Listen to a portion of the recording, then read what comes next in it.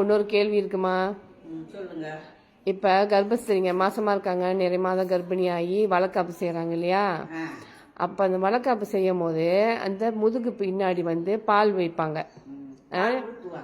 பால் ஊற்றுவாங்க. ஸோ எனக்கு பால் ஊற்றுனது வாழை இலையை வச்சு அதில் என்னமோ இது பண்ணிட்டு தான் ஊற்றுனாங்க. அது என்னமோ நேராக போவோம், வளைஞ்சு வளைஞ்சு போவோம், அந்த மாதிரிலாம் என்னமோ சொல்லுவாங்க, எனக்கு தெரியல. அதை பற்றி கொஞ்சம் விளக்கி எனக்கு சொல்லுங்கள், எந்த மாதிரி அது செய்யணும்? நான் இந்த வாழை இலையை இப்போதான் பார்க்குறேன்.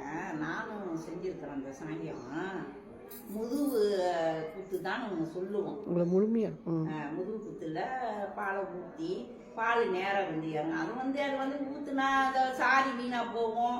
இவ்வளோ செலவு பண்ணி சாரி எடுக்கிறவங்க தோப்பிக்கு போட மாட்டாங்க. பால் தானே. அதை நீங்கள் என்ன செய்யணும், அந்த நேரத்துல கட்டுற சாரி கல்யாண சாரியா தானே இருக்கணும். கல்யாண சாரி தான் கட்டணும். நான் இவ்வளோ வேலை கொடுத்து எடுத்துட்டான். பால் பட்டுரும். பால் பட்டுட்டு போகுது. ஒரு டவுல் இல்லையா வீட்டுல, தொடச்சிக்குங்க. பால் பட்டுட்டா போய் என்ன டோபிக்கு விட்டானா? டோபிக்கார பால் எடுக்க மாட்டானா? அந்த பாலை கழுவி எடுக்க மாட்டான் துவச்சி. பரவாயில்ல, அது பால் பட்டா என்ன, முதுகுல ஊத்துங்க பாலை. ஒத்த காசை கட்டி, ஒரு காசை கட்டி பாலில் மின்னுக்கு கும்பத்தை மின்னுக்கு வச்சு தேங்காய்லாம் உடச்சி மாப்பிள்ளை அந்த பாலை எடுத்து ஒரு 5 சும்முங்க. நீங்கள் பேரம்படுத்தி இடத்தவங்க சும்மா எல்லாரும் ஊற்ற முடியாது இந்த பால் ஊற்றுறது. அந்த புள்ள தாயாக இருக்குது. அந்த தாய் நல்ல மாதிரியே குழந்தை பிறக்கணும். அந்த பிறக்கிற புள்ள ஆரோக்கியமாக இருக்கணும், நல்ல கண்ணியமாக இருக்கணும், வெத்தாக வளரணும். அதுக்கு தான் இந்த பாலெல்லாம் ஊற்றுறது. நானும் பால் ஊற்றுறேன்னு வாழை இலை வச்சு ஊற்றுறீங்களே, எதுக்கு ஊற்றுறீங்க? அதுக்கு அர்த்தம் தெரியுமா யாருக்குன்னா? ஒரு ஆள்னா எனக்கு சொல்லுங்க, நான் ஏற்றுக்கிறேன். எனக்கு அப்படி செஞ்சாங்கம்மா, ஆனால் எனக்கு தெரியலம்மா. பால் அது மங்க வர பிடிச்சிக்கிறீங்க. அந்த பால் என்ன செய்றீங்க? கீழே எடுத்து ஊற்றிடுறீங்க. அது எவ்வளோ பாவம். பால் எவ்வளோ வரப்போகுது? ஒரு பால் இடம்தான். ஒரு 5 சும்மங்களையும் 3 சும்மங்களைங்க பேரம்பத்தி அடுத்துங்களை வச்சு முதுகு தண்டுல ஊற்றணும்னா நேரம் போய் இறங்கட்டும். இல்லைன்னா அந்த காசை வச்சு அப்படி அந்த முதுகு தண்டுல ஊத்துறும் போது அங்கே கணவரோட கை இருக்கணுமா என்ன? அந்த 3 சுமங்கலிங்க தான் இருக்கும்.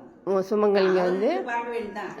அந்த பாலை முதுகு தண்டு இடுப்புல அப்படியே தேய்க்கணும். நீங்க ஏன் நேரம் போகுது கோணையா போகுதுங்க ஏன் பாக்குறீங்க? அந்த ஒத்த காசை எடுத்து அந்த காசு கட்டி இருக்கணும்ல கும்பத்துக்கு மின்னுக்கு அந்த பாலாடையோடு எடுத்து அப்படியே தேய்ங்க. அது நேரம் எடுக்கிறது தான் போய் இறங்கும். வாழை இல்லைன்னா கொடுத்துறீங்க. அதை சொல்லுங்க எனக்கு, நான் அதுக்கு பதில் சொல்றேன். நீங்க இப்ப சொல்றது நானும் இது வரைக்கும் பார்த்ததில்லம்மா. ஏன்னா இந்த ஒத்த காசை கட்டணுமா? ஒரு காசை கட்டி அதுல இருந்து இந்த பாலை நினைச்சு அதுல விடணும். இந்த புள்ள கும்பத்தை மேல இந்த மாதிரி கைய வச்சு கீழே குனிஞ்சுக்கணும். அந்த 3 சாதம் வைக்கிறாங்களா? அது எதுக்கு? 3 சாதம் 5 சாதம் கூட வைப்பாங்க. சாதம், சக்கரை பொங்கல், தயிர் சாதம்லாம். அந்த இனிப்பு புளிப்பு, சக்கரை இது இனிப்பு, புளி சாதம் புளிப்பு, தயிர் சாதம் இனிப்பு புளிப்பும் கலந்தது.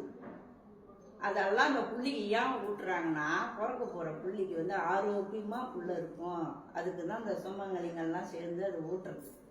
புருஷன் ஒரு வாய், பொண்டாட்டி ஒரு வாய். அந்த பிரிக்கும் போது சோறு கூட அந்த மாதிரி தான் நான் செய்வேன், 2 பேரும் ஊட்டுற மாதிரி. அப்புறம் ஒரு சொந்தக்காரங்க எல்லாரும் ஊட்டுறது இல்லை, தாய் தப்பம் மட்டும்தான். சரிங்கம்மா, நல்ல ஒரு விஷயம் சொல்லியிருக்கீங்க, ரொம்ப நன்றி.